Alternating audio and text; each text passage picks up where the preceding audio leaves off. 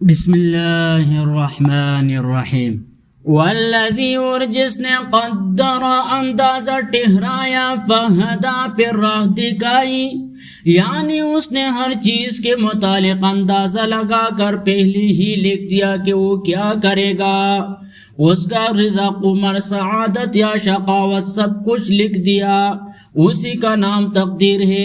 اللہ تعالیٰ کا اندازہ ہمارے اندازے کی طرح نہیں ہے کہ غلط ہو جائے۔ پھر جس نے جو کچھ کرنا تھا اسے راہ پر لگا دیا۔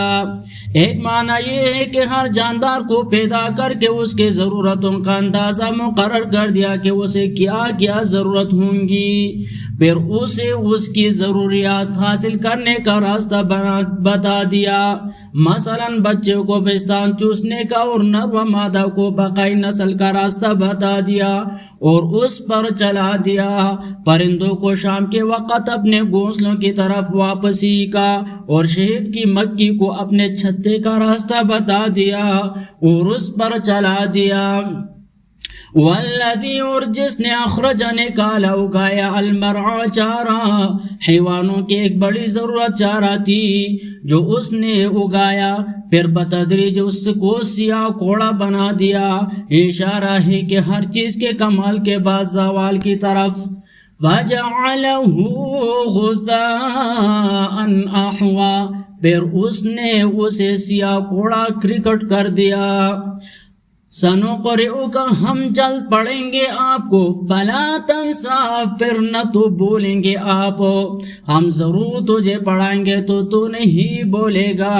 یہ پیشن گوئی ابتدا اسلام میں مکے کے اندر ہوئی، پھر سب لوگوں نے دیکھا کہ واقعی رسول اللہ صلی اللہ علیہ وسلم کو صرف ایک دفعہ جبرائیل علیہ السلام سے سن کر کسی کتابت یا تکرار کے بغیر اتنا بڑا قرآن حفظ ہو گیا۔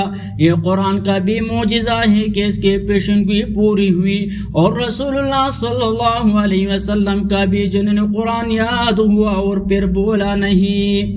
الا ما شاء اللہ، مگر جو اللہ چاہے۔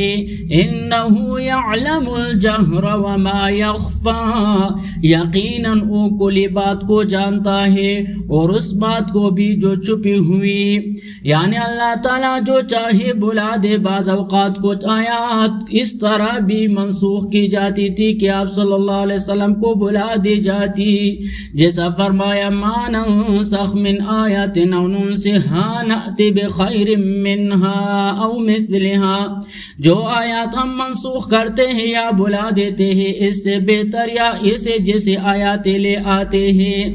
انہ یعلم الجہر وما یخفی، کلی اور چھپی سب باتیں جانتا ہے۔ یہ بات اللہ تعالیٰ قرآن مجید میں کئی جگہ فرمایا کہ وہ کلی اور چھپی سب باتیں جانتا ہے۔ کوئی بات اونچی آواز سے کی گئی یا خستہ یا بالکل مخفی، وہ سب کچھ جانتا ہے۔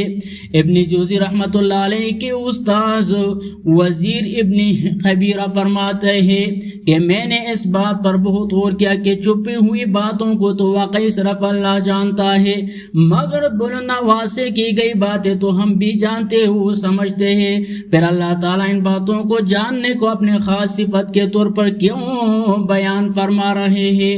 پھر میرے سمجھ میں یہ بات آئی کہ بلند آواز کے ساتھ اگر ایک وقت میں کئی آدمی بولنا شروع کر دے تو ہمیں کچھ پتہ نہیں چلتا۔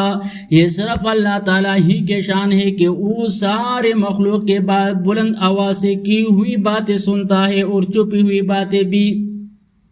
اس مقام پر یہ صفت بیان کرنے کی حکمت یہ معلوم ہوتی ہے کہ رسول اللہ صلی اللہ علیہ وسلم کو حکم ہوا کہ جبرائیل علیہ السلام پڑھے تو آپ یاد کرنے کے لیے ساتھ ساتھ نہ پڑھے، ان کے ساتھ ساتھ پڑھیں گے تو سمجھنا مشکل ہوگا اور کہ وہ کیا کہہ رہے ہیں۔